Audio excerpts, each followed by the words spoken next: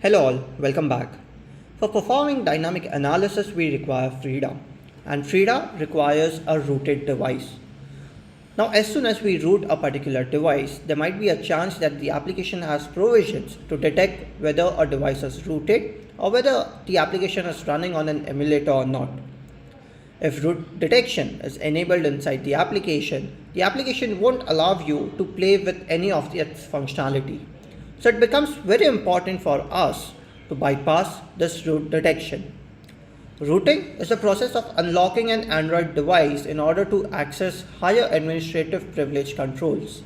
Most Android developers do not want their application to be running on a rooted device since this could lead to security concerns and impacts. However, root detection is not strongly implemented. This is the same case with emulator detection as well. We can easily bypass root detection as well as emulator detection using various methods.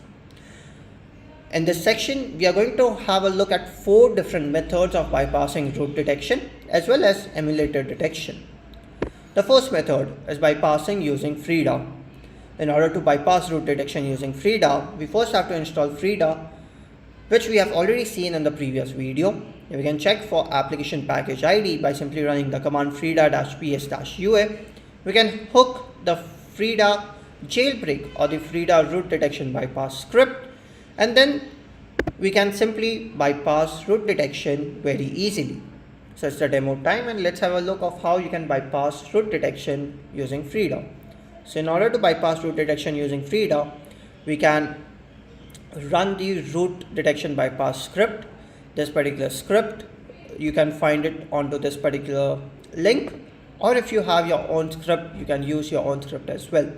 For me, I have created my own script, so I'm going to use my own script, and we are going to bypass root detection by this particular application, that is AndroGoat. As you can see, as soon as we click on check root, you can see there's something called as devices rooted.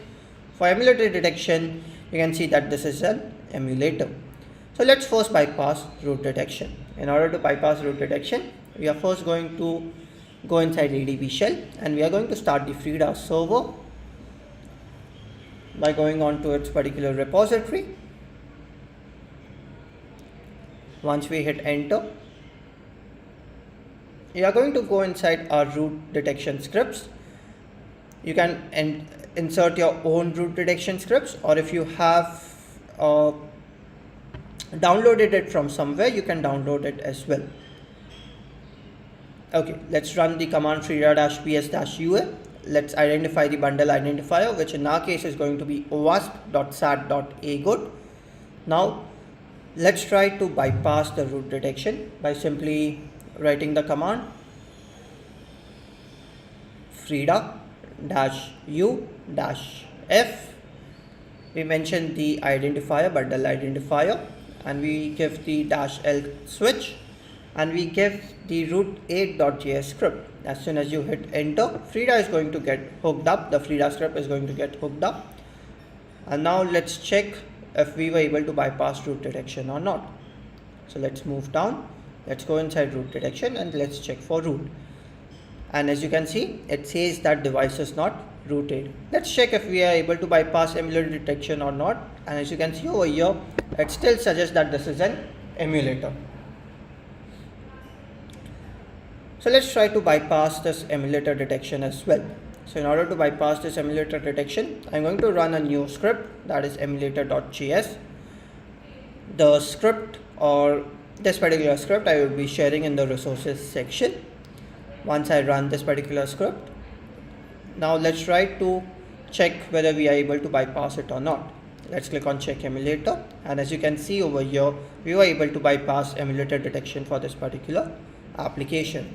So I hope you understood the first method of how you can bypass root detection as well as emulator detection using Frida.